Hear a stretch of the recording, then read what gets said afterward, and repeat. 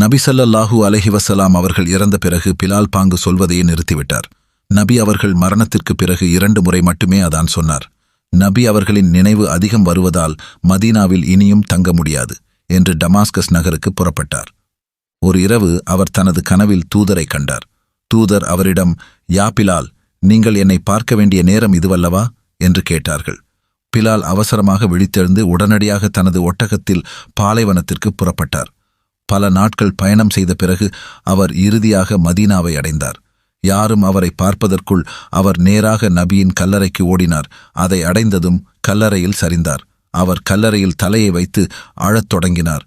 நான் வந்துவிட்டேன், ஓ தூதரே, நான் வந்துவிட்டேன் என்று கூறினார். அந்த நேரத்தில் நபியின் பேரன்கள் ஹசன் மற்றும் ஹுசைன் வந்தனர்.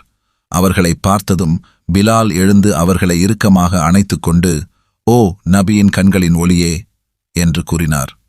ஹசன், பிலால், நான் உங்களிடம் ஒன்று கேட்க விரும்புகிறேன், ஆனால் நீங்கள் அதை எனக்காகச் செய்வீர்களா என்று கேட்டார். பிலால், என் அன்பான குழந்தையே, சொல்லுங்கள் என்று பதிலளித்தார்.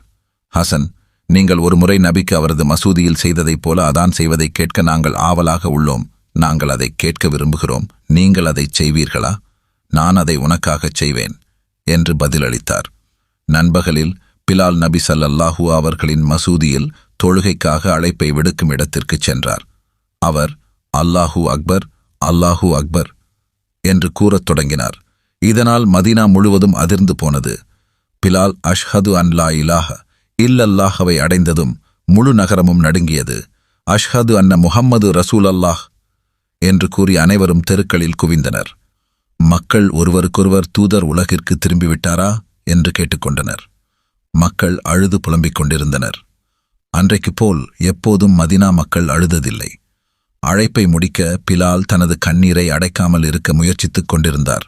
ஆனால் அது சாத்தியமில்லை. அவரால் தன்னை கட்டுப்படுத்திக் கொள்ள முடியவில்லை.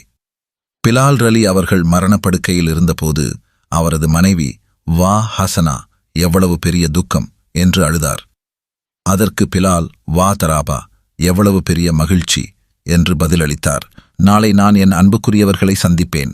என்னுடைய ரசூலையும் அவருடைய தோழர்களையும் சந்திக்கப் போகிறேன் என்றார். இந்த செய்தி பிலால் ரலி அவர்களின் வரலாற்று தொகுப்பிலிருந்து எடுக்கப்பட்டது.